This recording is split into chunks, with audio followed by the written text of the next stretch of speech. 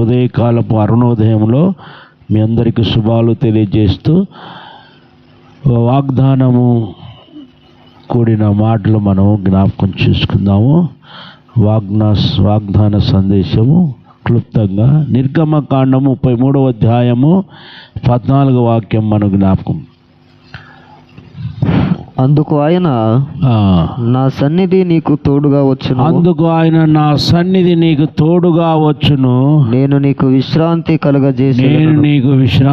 కలగజేసేదనగా. చాలండి.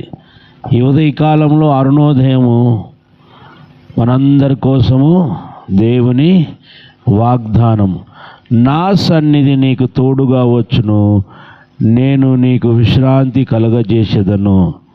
ప్రియులారా, మోషేతో దేవుడు మాట్లాడుతున్నట్లు మనం గమనించాలి. ఇక్కడ మోషే నిజంగా ఇజ్రాయెల్ ప్రజలు నడిపిస్తున్నప్పుడు వారు పాలు తేనెలు ప్రవహించే దేశానికి వారు నడిపిస్తున్నట్టు మనం గమనించాలి. మోషే ఏమంటున్నాయా, నా సన్నిధి నీకు తోడుగా వచ్చును, నేను నీకు విశ్రాంతి కలగజేసేదనగా. దేవునికి హల్లెలూయా. కింది మాట, మోషే నీ సన్నిధి రానిడేలా ఇక్కడ నుండి మమ్మను తోడుకొని పోకుమంటాడు. ప్రియులారా, ఒక వ్యక్తి దేవుని సన్నిధి కలిగి ఉంటే నిజంగా విశ్రాంతి అనేది దొరుకుతుంది. దేవునికి స్తోత్రం, హల్లెలూయా. ఈరోజు దేవుని సన్నిధి లేక ఏం లేకంటండి, సన్నిధి లేక, ఆయన సన్నిధి లేకపోతే మనకేముండదంట, నెమ్మది ఉండదు. ఏమున్నదంటే నెమ్మది. ఈ ఉదయకాలంలో నా సన్నిధి నీకు తోడుగా వచ్చును, నేను నీకు విశ్రాంతిని కలగజేస్తాను.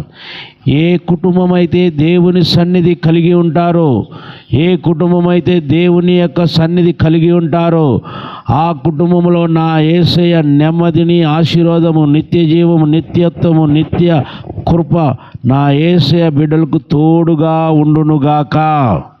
చెబుదామండి హల్లెలూయా. ఇక్కడ మోషే ఎందుకు ఈ మాట అంటుండంటే, నీవు లేకపోతే ఈ లోకంలో ఉన్నదంతా మాకు అవసరము లేదు.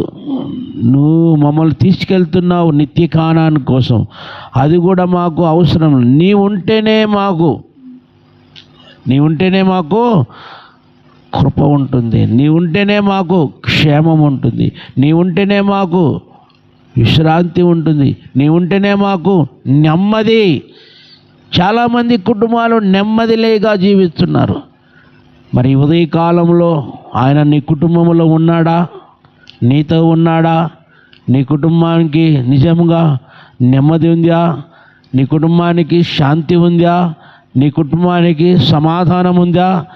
అయితే ఈ ఉదయకాలంలో దేవుని యొక్క సన్నిధిని కోరుకో. అందుకే అంటాడు, నీ సన్నిధి మాతో రావాలి ప్రభువా, నీ సన్నిధి మాకు కావాలి ప్రభువా, నీ సన్నిధి మేము కలిగి ఉండాలని మోసే దేవునిని బతిమాలాడుకున్నట్లు మనం చూస్తున్నాం. ఎప్పుడైతే దేవుని సన్నిధి ఉంటుందో కృపాక్షేమములు ఉంటాయంట. హల్లెలూయా. 23వ కీర్తన, దావీదు గాఢంధకారములో ఉన్నప్పటికీ కూడా నేను భయపడను, ఎందుకంటే దేవుని సన్నిధి ఉన్న కుటుంబము భయపడదు. దేవుని సన్నిధి కలిగిన కుటుంబము, అది గాఢంధకారము కావచ్చు, అంధకారము కావచ్చు, భయంకరమైన శోధన కావచ్చు, దేవుణ్ణి కలిగిన కుటుంబము భయపడరు. ఎందుకంటే నీవు నాకు తోడై ఉన్నావు, నీ దుడ్డు కర్ర నన్ను ఆదరించును. ఎంత గొప్ప మాట ప్రియులారా. ఈ ఉదయకాలంలో దేవుని సన్నిధి మనము కోరుకోవాలి. దేవుని యొక్క ప్రసన్నత కోరుకుంటే మన జీవితములంట నెమ్మది, విశ్రాంతి కలగజేయటకు శక్తి కలిగిన దేవుడు మన యేసయ్య. హల్లెలూయా. ఈరోజు నీకు నెమ్మది కావాలంటే, విశ్రాంతి కావాలంటే నిజంగా దేవుని యొక్క సన్నిధి నువ్వు కోరుకోవాలి, దేవుని యొక్క ప్రసన్నతను కోరుకోవాలి, దేవుని యొక్క కృపను నువ్వు కోరుకున్నప్పుడు నా యేసయ్య అట్టి కృపతో నింపబడునుగాక.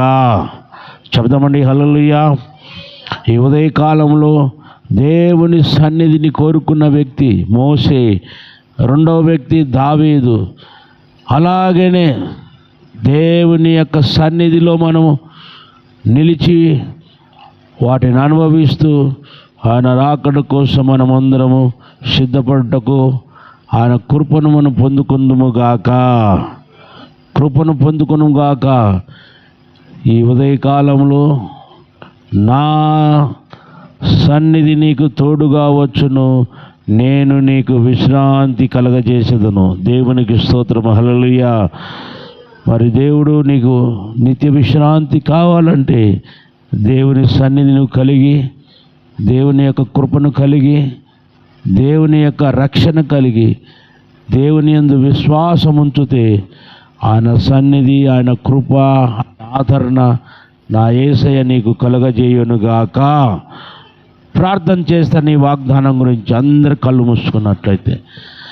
ప్రేమ స్వరూపుడమైన తండ్రి, పరిశుద్ధుడా నీకు వందనాలు తండ్రి. ఈ ఉదయకాలపు వాగ్దానాన్ని బట్టి మేము స్తుతిస్తున్నాం. నా సన్నిధి నీకు తోడుగా వచ్చును, నేను నీకు విశ్రాంతి కలగజేసేదని ఆనాడు మోషేతో సెలవిచ్చారు తండ్రి.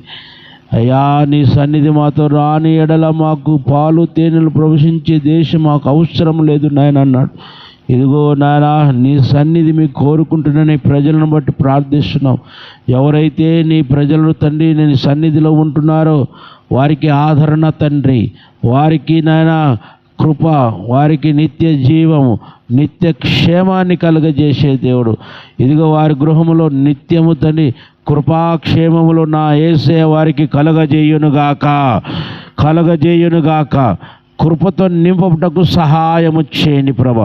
నేటి అరుణోదయము ప్రభా, ఈ వాగ్దానాన్ని చేపట్టుకొని ఈ వాగ్దానమును వారు నమ్మి విశ్వసించి అయా వారు నీతో నడుచుటకు సహాయము చేయమని బలపరచమని ప్రార్థిస్తున్నాం.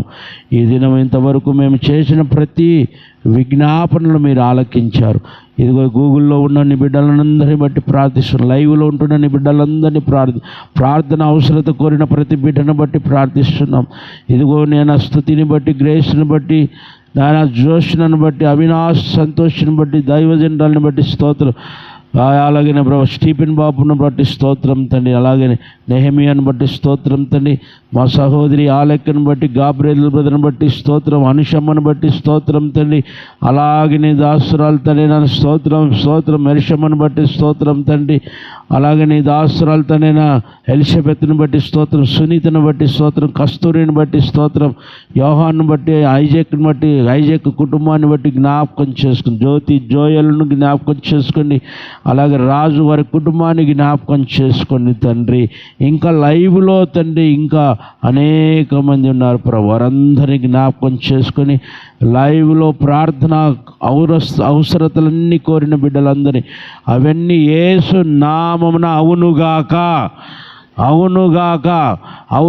అని ప్రార్థిస్తూ మేము అడిగిన దానికంటే, ఊహించిన దానికంటే అధికమైన మేళ్లతో నింపి ఈ దినమంతా కూడా నీ సన్నిధికి వారు తోడుగా ఉండుటకు కృప దయచేసి వారు నడుచున్న ప్రతి మార్గములో నాయనా నీ కృప కలిగిన బాహుతో నింపి బలపరచుకోమని ప్రార్థిస్తూ ఈ దిన ఆశీర్వాదములతో మమ్మల్ని అందరినీ నింపమని మా ప్రభును రక్షకుడైన యేసుక్రీస్తు నామమున అతి వినయం తేడుకొంచున్నాము తండ్రి. యేసు రక్తమే జయం, శిల్వ రక్తమే జయం. ప్రవేశనామమునకు సంపూర్ణ విజయం కలుగునుగాక. Praise the lord. Hallelujah, hallelujah, hallelujah. అందరికీ వందనాలు. Praise the lord.